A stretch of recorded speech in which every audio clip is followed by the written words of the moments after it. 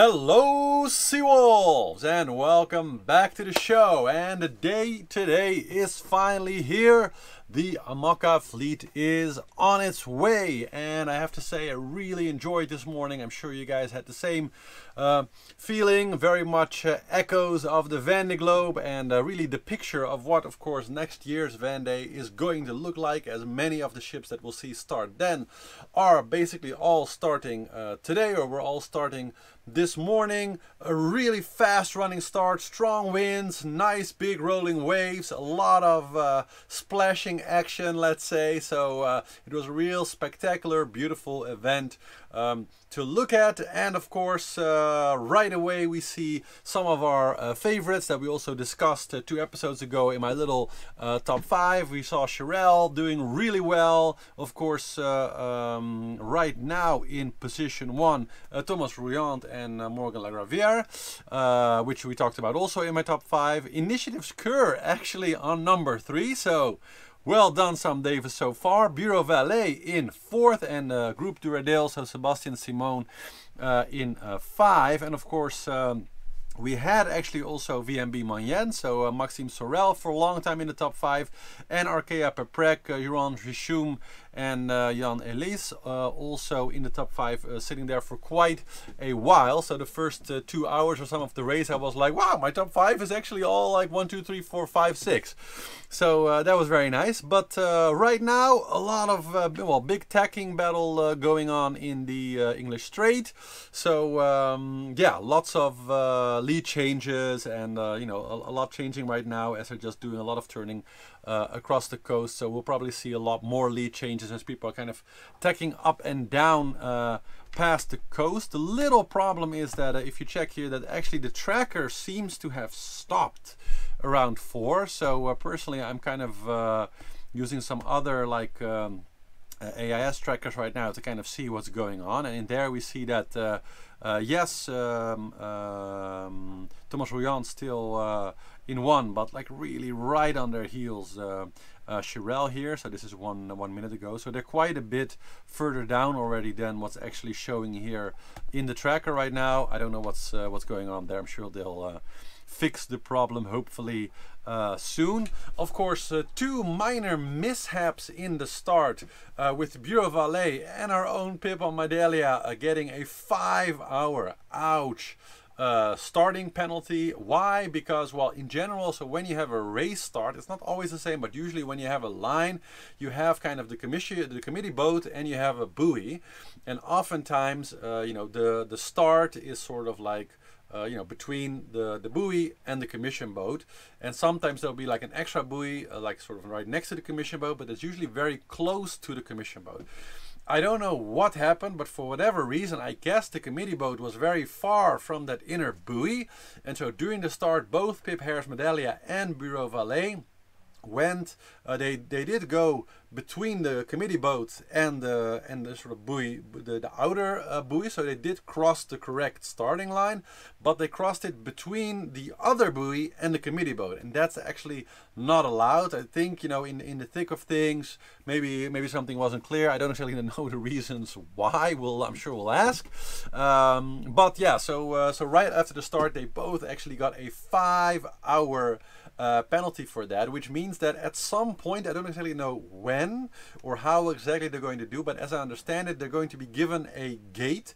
So they're going to be given you know, 2 points along the route somewhere that they have to kind of pass through, and there they have to take their sails down, they have to wait for 5 hours, and then they have to go back through this gate and resume their course. So probably they're going to be able to kind of choose the moment themselves, which helps, but still, you know, pretty bad news on that front. And of course especially for Bureau Vallley, as right now Lewis Burton and Davy Baudard are actually in 4th place, so then the 5-hour penalty is really not what you want. On the other hand, that's the second time, because in the Vendée Lewis Burton of course also very nice start, but also skipped the buoy I think then, and also got, I think it was a 24-hour penalty then actually, or like a 1-hour penalty, not exactly remember for sure. But so Lewis is definitely no stranger to getting start penalties. With Pip I've never really seen it before, so I'm sure she's bummed out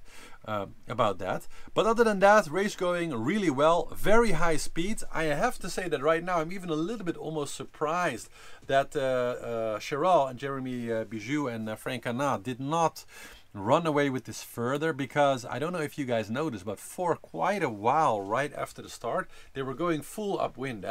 Pretty much all of the boats were doing 16, 17, 18 knots, and Charal at one point was doing 22. So probably has something to do with that rudder of theirs and being able to just fly a bit more upwind. That's really how they established their lead, like quite quickly, when they were just for a while doing 3-4 knots more than the rest, more or less on the same tack. So I personally was a little bit shocked actually, and I thought, okay, well, if the advantage is this big, we're going to see Charal just run away with this like really fast. But maybe that was some kind of like a lucky angle that they got or something like that, because I don't really see those type of speeds again now. They seem to be, you know, still a little bit faster than most of the other boats, of course, but in second position now behind Thomas Ruyant and Morgan Le Gravier. So yeah, they seem to be really, you know, quite nicely in the pack, and everything seems very competitive at this point still, because I was a little bit in the beginning shocked of like how fast it was going. But okay, before we get into the rest of the update, I'm getting too excited in here. I hope you have something delicious in your possibly official Sea Wolf mug, available down here below the video. Here we go. 3, 2, 1, cheers. It's day 3 of the Transatjacquesvabre. Most of the fleet unfortunately still grounded because of the impending storm, and boy is that going to be a doozy. But we have some cool updates on Jean Le Camp, Gluck's new boat that I want to talk about. I think that you're going to be very interested in that. And of course we have some updates from the Alpine fleet, which are battling kind of a trough in the weather, so not much wind for them. And the weather window I talked about yesterday is actually looking more and more likely like that might actually happen. So that and more in the show today. But before we get started, of course, I hope that you, just like me, have some fresh deliciousness in your cup over there. Here we go. 3, 2, 1. Oh. Ooh, that just hits the spot like nothing else, right? So, let's start with a little weather update, because delicious. Yeah, so let's take a quick peek at the weather also, because we have something quite interesting happening there. So this is the situation right now, and of course, so the action happening sort of, you know, right here. That's kind of where everything is going on right now. And yeah, so normally, of course, so the route would be something like this, kind of going out. They have to keep the islands kind of to their starboard side, and then they have to kind of move down in kind of like a swing like this and move like that. That would be kind of the normal route. However, if we fast forward a bit on the weather, you kind of see this, you know, this kind of area here. So that's not the doldrums, but it's an area of just almost no wind that seems to be hanging out very comfortably kind of at the altitude of right at the Strait of Gibraltar. And as you can see, I'm going through the days here, we're already on Friday, and as you can see, it's even growing quite a bit. It's as if the doldrums themselves have almost moved. So it's like this whole band of just no wind that's kind of like, you know, really blocking access to the lower part, which of course is where our brave sailors want to go. And as you can see, I'm almost Sunday next week. No break in that. So that is giving us a real challenge, because, and maybe if you watched Pip's video talking about the weather several days ago, the weather routing, so what looks like might happen is that in order to kind of counter this, so at first they're going to kind of move southwest, more south than west, past the islands, but very likely they are then going to go west, and as the weather kind of progresses, so that's, you know, about 4 days from now or something, they'll be kind of maybe here. Then we're going to see them trying to kind of move more towards a location like either somewhere here to pass through, or even passing further west. So as the weather kind of progresses again. And you can see that as we kind of go through the weather, you see like several times like little patches or holes kind of open up in that band that they could possibly move through. And yeah, it looks like au contraire, the all teams that had a very smooth ride, both through kind of the upper part of the Atlantic Ocean and through the doldrums. But it seems that now the skippers really are going to run into a flat out, almost impenetrable wall of no wind that extends, well, more or less completely across the Atlantic right now. And so this is a real tactical issue. It's not something that they have to deal with right now, but as far as navigation decisions, this is going to be something that they do have to keep in mind right now. And so the distance is still for them 5, 6, maybe 7 days away before they actually move through that, depending on where they want to go through, right? So they could be at a place, let's say off the coast of Spain, to try to move through this in maybe 4.5 days or so. But if they go much more west, it could be 5, maybe even 6 days, depending on how far they go west to kind of move through this band. And who knows? Of course, predictions that far out are still quite precarious. Things can go smaller, stronger. Things can not happen at all that kind of have been predicted.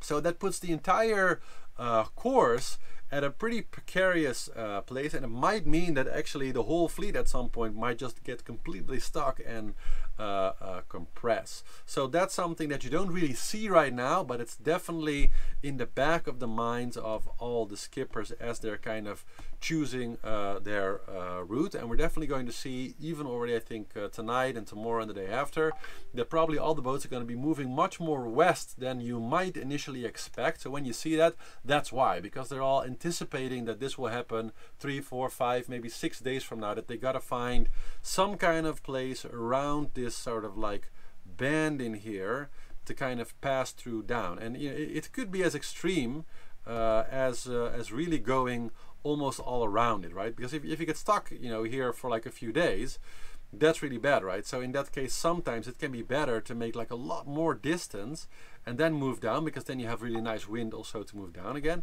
So there are a lot of different solutions to this, but we might see a very different course from the actual course that, you know, if you look on the website of the Transatjacquesvabre, you'll see this like nice picture of the route and stuff. I don't think the route's going to look anything like that. And that's because of this weather type issues. So that's kind of it for the IMOCAs now.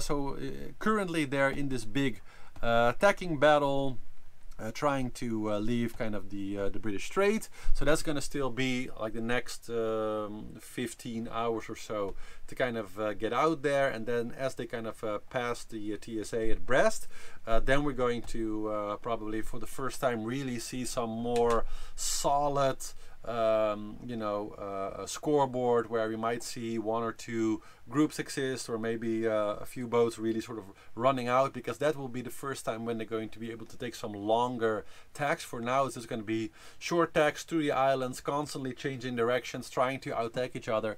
So there's still going to be a lot of lead changes, and for the most part, they're not going to be so meaningful, because for an hour one will be in the lead, and then another hour someone else will be in the lead. So there's still a lot of stuff going on, and that's also kind of cool, right? So that's it for the IMOCAs. Now if we look at the class 40, so we see that they kind of got through the Bay of Biscay quite nicely, although some of the back of the group did kind of get stuck in that patch of weather where there was not so much wind, and as a consequence of that, you can see here that they kind of fell behind quite a bit. If we go to the all teams, well, there's a lot of interesting things going on there, because as you can see, we have Ascension Island here, and even though Banque Populaire still in the lead right now. And actually I see that when I was preparing this video, Edmund de Rothschild was still moving south also, but they have since tacked. But you can also see that SVA Les Arctiques actually more southerly already than Banque Populaire. And of course they need to get here. And judging by the course, if you look at the course line, right, that Edmund de Rothschild is taking right now, if they can keep that direction, well, they probably think that they don't have to tack anymore in order to make it to Ascension Island. Maybe the wind will turn a little bit more north and they'll be able to make it. Which means that, well, you can see that Banque Populaire is still a little bit sort of on that same line, or kind of above the line of the Edmund de Rothschild. But Les Arctiques is slightly more southerly, which means that if they were to tack now, and if we take that same course line, they would definitely be able to make it around Ascension. So my takeaway right now is that even though Banque Populaire is kind of like #1 right now, they're closer to the Ascension Island turning mark, but SVA Les Arctiques right now actually I think in a slightly more favorable position, because if they tack now, if they think weather-wise that they could make it now and go on a final tack to Ascension Island and make it around, that means that they're going to sort of out-tack Banque Populaire by 1 tack, because if they tack now, they might have to make another tack, right, to keep up. So if Les Arctiques, let's say within the next hours or two, makes this tack, I think they can probably make it to Ascension Island in 1 go. And then I'm pretty much sure that by tomorrow we'll see that actually SVA Les Arctiques, so François Gabard and Tom Laparche, are going to be stealing the lead back from Banque Populaire. So of course nothing is sure, but I think the chances of that are pretty high. So yeah, that's it for the all-team class. Then of course we have the Ocean 50s, already a lot further down, of course, than the class 40s. Let me delete this here real quick. And one thing we do see there is that Cosio, so Erwin de la Rue and Andrew Augureau, probably, I haven't read any news that they have damage or that they got some kind of problem, but they obviously, you know, parked the boat. Somewhere off, kind of before Cape Finisterre, sought some shelter. So I think there is something going on there, maybe with some damage or some repairs. And for the other 3 boats, of course, still going strong, going fast, and kind of making their way past the coast of Spain. But I do think that they are going to run into the same band of very light weather. So you can see that there's still kind of a gate right now here for them to kind of move through. Actually, let me redraw this, otherwise it's going to get confusing. That here you can see that there's still an area where if they stay close to the coast of Spain they can move through, but then you get this whole area where it's going to be very difficult, and then maybe after, well, you have some places where you can go upwind, but it still will be difficult. But you see here all these patches with basically no wind. So for them also the windows kind of closing to get through this kind of about to expand band of no wind in order to get south of Morocco and make their way towards the equator. So yeah, that's kind of it for all of the classes today. So yeah, looking really forward to tomorrow. Of course, keep an eye on it. If you have any tips, let me know via contact@seawolvestv.com, and enjoy your evening and see you tomorrow. Ciao, ciao.